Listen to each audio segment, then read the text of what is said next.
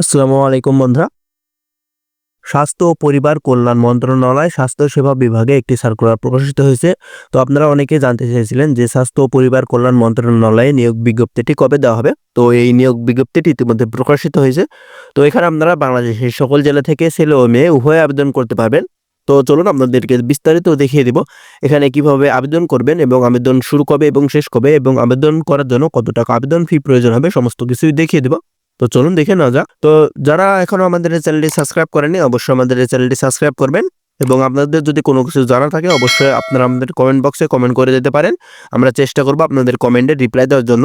এবং যারা আমাদের মাধ্যমে আবেদন করতে চান আমাদের হোয়াটসঅ্যাপ নাম্বার দেওয়া আছে ডিসক্রিপশন বক্সে, সেখান থেকে আমাদের সঙ্গে যোগাযোগ করতে পারেন।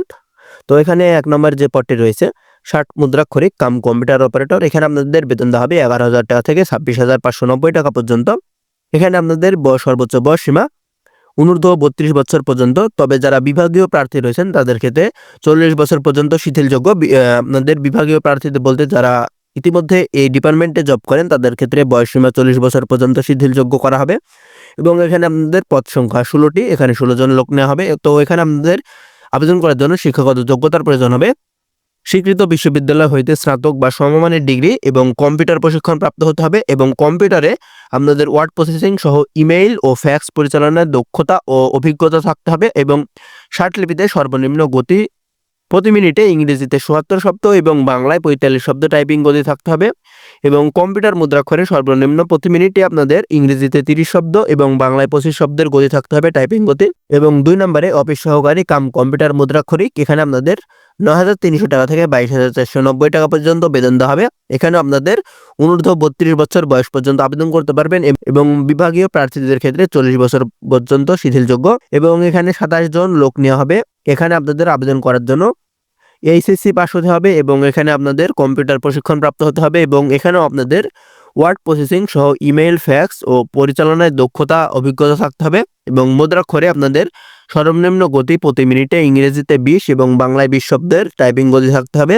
এবং ৩ নম্বরে অফিস সহায়ক, এখানে আপনাদের ৮,২৫০ টাকা থেকে ২০,০১০ টাকা পর্যন্ত বেতন দেওয়া হবে। এখানে আপনাদের ১৮ থেকে ৩২ বছর বয়সের মধ্যে আবেদন করতে পারবেন এবং ৪০ জন লোক নিয়োগ করা হবে এবং এখানে আপনারা শুধুমাত্র এসএসসি পাস করলে আবেদন করতে পারবেন। তো এখানে আপনাদের ১ তারিখ ২ মাস ২০২৫ সালে আপনাদের বয়স ১৮ থেকে ৩২ বছর বয়সের মধ্যে হতে হবে।